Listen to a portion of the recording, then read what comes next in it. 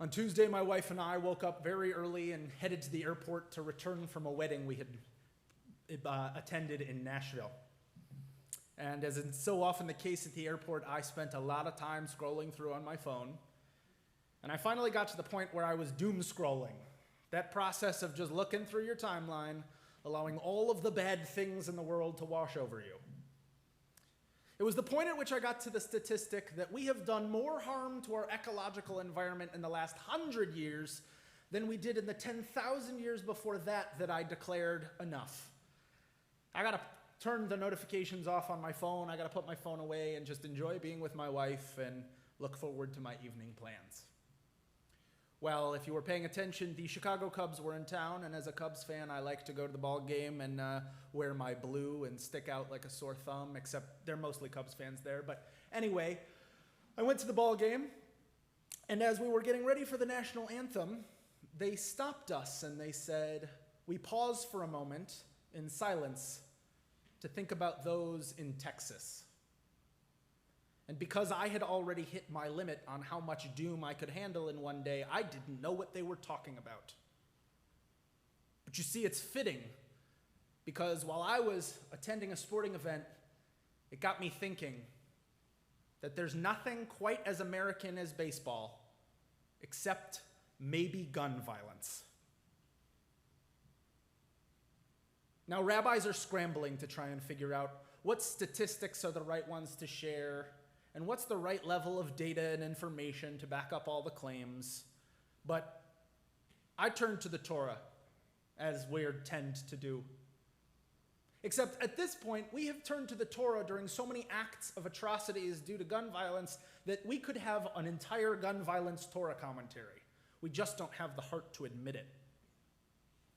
It makes sense, though, that when I looked at our Torah portion this week, we're finishing out the book of Leviticus, and we're reading about what happens if we get into the land and follow all the rules, because again, Leviticus is the book of rules. If we do all these things, then great things will happen to us.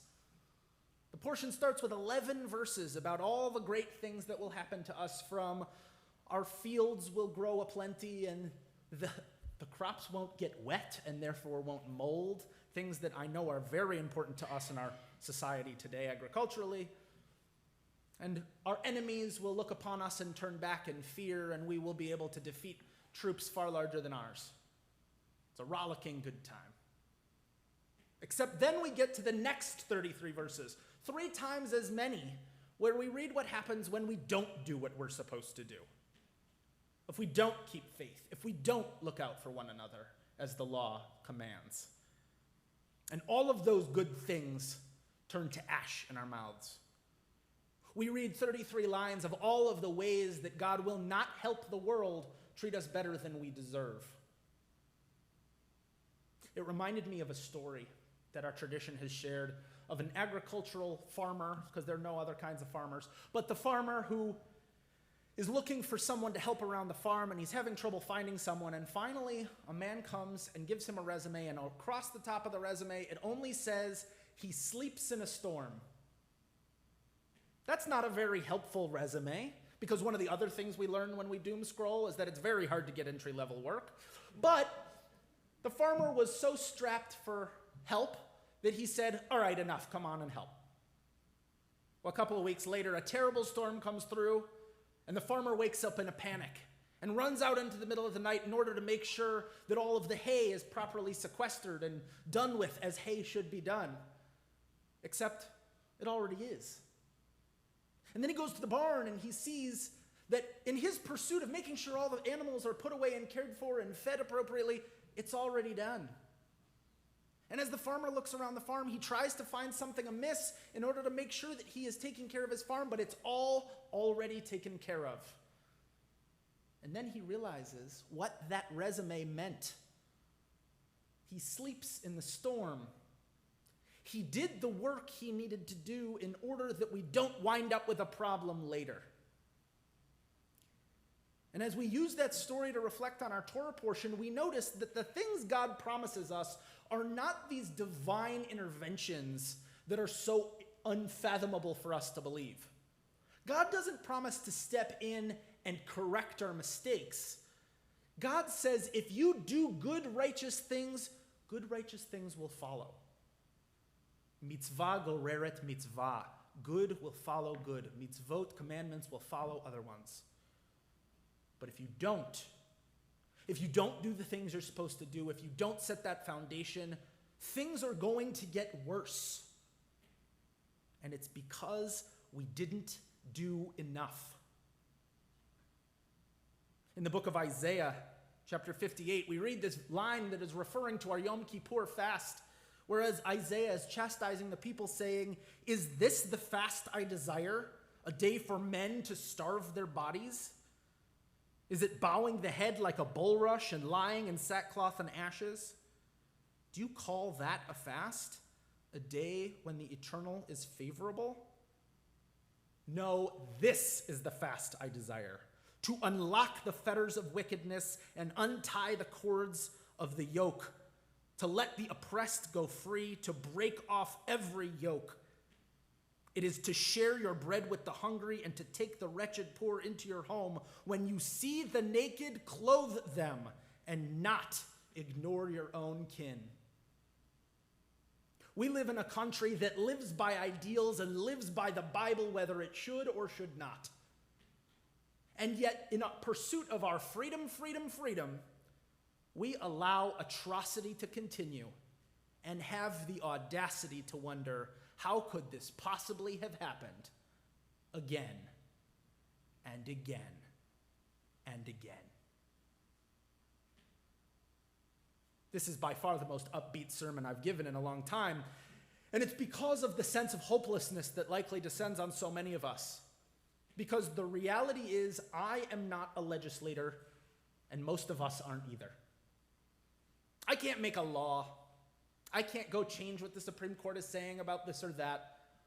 I can't do the things that need to be done as an individual and a private citizen. As a matter of fact, it's one of the hardest things about being a rabbi, because our Jewish tradition tells you all the things that you should care about, all those ways that you should use Torah to undergird a healthy, responsible, beautiful expression of life. And yet, we have to stay in our own lane when it comes to not using this pulpit to talk about political issues. The best time for me to use my pulpit is probably to get you to actually vote, which, if I do too aggressively, could cause a big problem for our institution. And this is where we run into the problem of trying to prevent gun violence is not a partisan issue. If it is, your Bible will not help you. Gun violence is something we should all agree needs to stop. And yet we understand that this is an uphill battle. So what are we left with? We're left with the two promises that we, as the Valley Temple, and I, as your rabbi, can make with ironclad certainty. We're left with the promise that we will be here for you. As you look around the world and you feel scared, or you feel hurt, or you feel alone, know that your Valley Temple is here for you.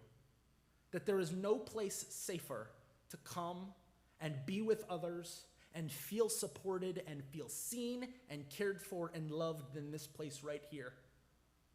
Our only job is to be here with you and to care for you. And we're going to do that whatever is happening outside of this building. And the second thing is, we will not get tired in the work of perfecting our world. We as people, as a collection of 255 congregational families, 2 clergy people, 4 administrative staff members, and the entire force of this congregation, we will continue to look beyond our walls and say, I am here to do good work and to make the world a better place. And even when it's hard, even when we don't know what to do, we will show up to keep fighting the fight. We will not ignore those going through pain. We will not ignore those going through suffering. And we will not stand by and allow our own comfort to distract us from the world around us calling for our help. We need our elected officials and those in power to start throwing us pitches we can hit. Thoughts and prayers no longer cut it, And that's coming from a rabbi. My thoughts are with you. My prayers are with you. And our community is here together to look at the world and say, it's not supposed to be like this. But in the face of that, we're going to look just as defiantly and we're going to say, we're not going to be like that. We're going to come together. We're going to show love. And we're going to be all of the things that we want in a world that is a little more perfect than our own, because that's the only way we're going to make it happen. I wish you a Shabbat of peace. I wish you a Shabbat of reflection. And as we already read, I wish you a Shabbat that unsettles us, that disturbs us into action, so that we can actually come together and do the work to make our world a better place. Shabbat Shalom.